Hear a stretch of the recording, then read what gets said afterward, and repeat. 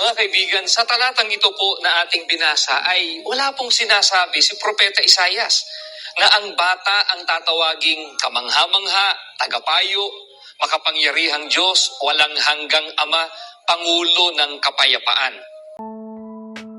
Ang mga sagot ng mga ministro ng Iglesia ni Cristo ay kadalasang sumasalamin sa kanilang opisyal na doktrina at interpretasyon ng kasulatan ng kanilang samahan. Ang mga ministro ng INC ay mahigpit na nagbabahagi ng kanilang mga sagot gamit ang mga talata mula sa Biblia. Para sa kanila, ang Biblia ang tanging batayan ng katotohanan, hindi ang kanilang simbahan. Ang mga ministro ay mahigpit na sumusunod sa doktrina ng INC. Ang bawat sagot ay laging nakaayon sa mga turo na itinatag ni Felix Manalo, na kanilang unang tagapamahalang pangkalahatan, at sa mga sumunod na lider, ang mga doktrinang na pagmamay-ari ng Iglesia ni Cristo ay itinuturing nilang ganap na katotohanan, pero, ang mga sagot ng mga ministro, ay lubos na nakatali sa kanilang mga doktrina, at naglalayong ipaliwanag at ipagtanggol ang mga paniniwalang ito, gamit ang kanilang sariling interpretasyon sa Biblia. Kaya naman ang mga malalim na mga katanungan, ay hindi nila masasagot kung walang namamagitan na ibang talata sa Biblia. Upang ito ay kanilang masusuportahan, sa video na ito, isasali natin ang mga talata na nagpapahirap ng mga ministro ng Iglesia ni Cristo, na kapag kanilang sinagot ay maari silang magkakamali, lalo na sa paksang may kinalaman sa pagka-Diyos ni Kristo Jesus.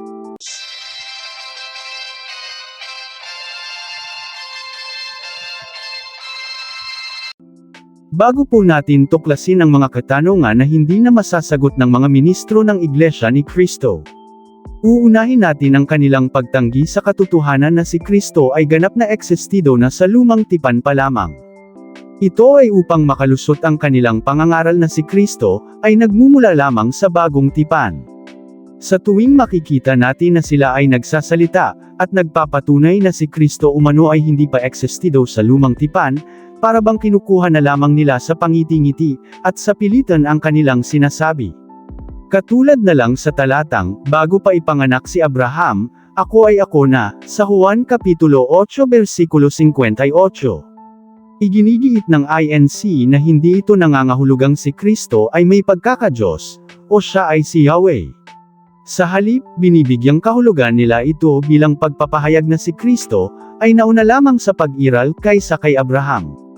O si Kristo ay nauuna lamang binanggit kaysa kay Abraham, at naunang hinuhulaan sa Biblia. Sa pamamahayag nilang ito, malinaw na para sa kanila ay magkakapantay na lamang si Felix Manalo at si Kristo, dahil silang dalawa ay mga hula pa lamang pala sa lumang tipan, at hindi totoong existido. At mangyari na katulad ni Abraham si Felix Manalo, na ang sumunod umano kay Kristo. Ang pagsasabi ni Kristo na siya ay nauna kay Abraham, hindi ibig sabihin na wala pa siya noong hindi pa siya pinanganak ng Birheng Maria.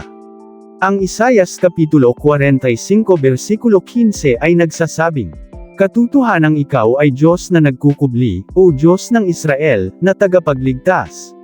Para sa kanila, ang mga talatang ito na tumutukoy sa Diyos ng Israel at tagapagligtas sa lumang tipan, ay tumutukoy sa Diyos Ama hindi kay Kristo. Ngunit taliwas ito sa sinasabi ng Biblia. Dahil walang talata na nagsasabi na tanging ang Ama lamang, ang tagapagligtas. Bagkus, sa Lucas Kapitulo 2 versikulo 11 si Kristo ang tagapagligtas. Kaya nakakatawang pakinggan na umano'y ang Ama ang sinabi ni Propeta Isaias, na nagkukubli bilang Diyos. Malayo sa katotohanan na nagtago ang Ama na Diyos, dahil nakausap pa nga ito ni Eva sa aklat ng Genesis. At nagsasalita sa araw na si Kristo ay bininyagan. Isa pang talata ang ginamitan ng napaka-kumpliktong pag-uunawa ng kanilang ministro. Ito ay ang hula ni Propeta Isaias tungkol sa isang bata na isilang. Marahil naririnig nyo na ito. Ang talatang ito ay isa sa pinakamahirap na pinatunayan ng mga ministro ng Iglesia ni Cristo, sa kanilang mga naimbentong pamamahayag. Ayon sa doktrina ng INC, ang Isaias Kapitulo 9 versikulo 6, ay isang hula tungkol sa kapanganakan ni Hesukristo bilang tao, hindi bilang Diyos. Binibigyang diin nila na ang mga titulong, makapangyarihang Diyos, at walang hanggang Ama, ay katulad lamang umano ng salitang Emmanuel, na ibig sabihin ay ang Diyos ay kasama natin. na nangangahulugang, sa pamamagitan ng presensya ni Kristo, ay kasama natin ang Ama na Diyos, ngunit hindi nangangahulugan na si Kristo ay ang Diyos mismo. At ang salitang makapangyarihang Diyos dito, ay isa lamang description, ng kanyang magiging katangian at tungkulin. Narito ang mahalagang punto ng Iglesia ni Kristo sa talatang ito. Ang bata ay tao, ang talata ay nagsimula sa, isang bata ang ipinanganak, na nagpapatunay umano na tao lang si Jesus at walang kalikasan bilang Diyos.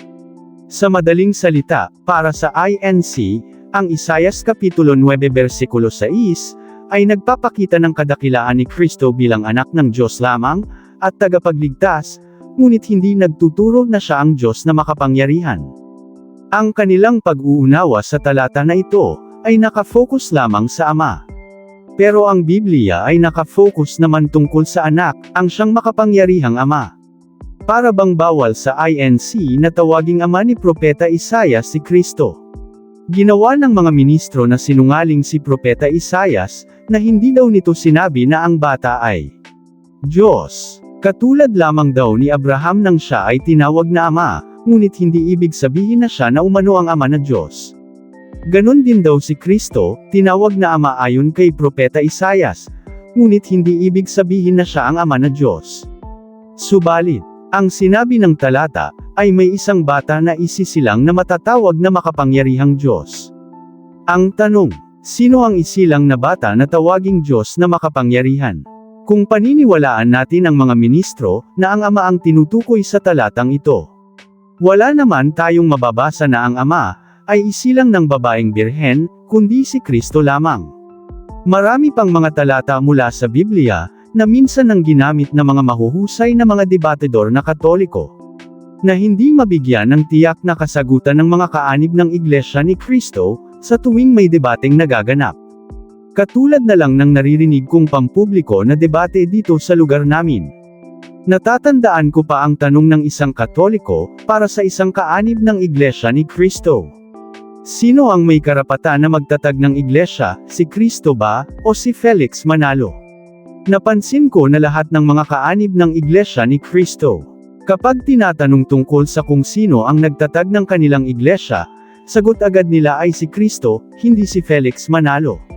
Narinig ko paano gawin ang konsepto ng unang tanong mula sa kapatid na Katoliko. Heto, kayo po ba ay naniniwala na si Kristo lamang ang may kapangyarihang magtayo ng iglesia? Sumagot naman agad sila, oo si Kristo lang. Pangalawa niyang tanong, payag ba kayong mga iglesia ni Kristo, na kung may isang taong ordinaryo lamang, ang magtatag ng kanyang iglesia, ito ay matatawag na huwad? Dahil ayon sa kanilang unang sagot na walang ibang may awtoridad upang magtayo kundi si Kristo lang. Sumagot na naman sila na oo, yan ay huwad. Pangatlong tanong, dahil naniniwala na sila, na kung sakaling may isang ordinaryong tao lamang ang magtayo ng kanyang iglesia ito ay huwad. Sa puntong ito nasaksihan ko, na pinatunayan ng kapatid na Katoliko, na si Felix Manalo, na bilang ordinaryong tao lamang, ay nagtatag ng kanyang iglesia ayon sa kanilang pasugo, bagay na hindi naman nila itinatanggi. Tapos nagtanong muli sa kanila, ibig bang sabihin, na kayo pala ay nabibilang sa huwad na iglesia? Iilan lang po yan sa mga nasaksihan kong tanong na hindi kailan man magiging wasto, ang sagot ng mga iglesia ni Kristo. Tungkol naman sa kanilang pagkakakilala kay Kristo, malinaw na hindi ito naaangkop sa pananampalatayang Kristiyano. Dahil ang totoong paniniwala ng Kristyanismo, ay nakabatay sa paniniwala na si Jesus ay Diyos. Kung hindi ito totoo, walang saysay ang Kristyanismo. Ang Iglesia ni Kristo, ay walang pagkakaiba sa Hudaismo, na nakabatay sa paniniwala ng mahigpit na monotheismo, at para sa kanila kung si Jesus ay tunay na Diyos, nagkakamali na sila. Narito ang isa pang talata na talagang nahihirapan ang mga ministro ng INC na sagutin. Ang nakasulat sa Juan Kapitulo 10 versikulo 33. Ito ang sinabi ng mga Hudyo, hindi dahil sa mabubuting gawa kaya ka namin babatuhin, kundi dahil sa paglapastangan mo sa Diyos. Sapagkat ipinapantay mo ang iyong sarili sa Diyos, gayong tao ka lamang. Ito ang ugat ng kanilang pagkagalit at dahilan ng kanilang pagnanais na batuhin siya. Sa batas ng mga Hudyo, ang pagpapanggap na Diyos ay isang paglapastangan o blasphemy. Ito ay isang seryosong kasalanan na ang parusa ay kamatayan sa pamamagitan ng pagbato. Para sa mga Hudyo, si Jesus ay isang tao lamang. Ang kanyang pag-angkin na siya ay anak ng Diyos, o ang pagsasabing, "Ako at ang Ama ay iisa," ay itinuturing nilang labis na kalapastangan. At ganun din ang Iglesia ni Kristo. Hindi nila matanggap na ang isang tao ay maaaring maging Diyos. Pinasok ng Iglesia ni Kristo ang napakahirap na desisyon ng pangangaral na ang pagtanggi ng totoong kalikasan ni Kristo bilang Diyos katulad ng mga Hudyo, at hindi na nila namalayan ang malaking pagkakamali, kung saan isang tiyak na mangyayari kung halimbawa sa kanilang harap din sasabihin ni Kristo na siya ay kapantay ng Ama. Tiyak na hindi lang pambabato ang aabutin ng Panginoong Hesus mula sa kanila, dahil sa galit nila na makakarinig na si Kristo ay naging kapantay ng Ama. Narito ang tanong tungkol sa talata na ito: sino ang husto? Ang Iglesia ni Kristo ba, na maaaring nagsasabi na nilapastangan mo ang Diyos dahil sa sinabi mong kapantay mo ang Ama, o si Kristo na umangkin na siya ay kapantay ng Ama na Diyos? Kayo na po ang humusga. Sana po may share nyo ang video na ito, para may parating din natin ang mga kwento at babala sa iba. Ito po si Kuya Tem. Hanggang sa susunod.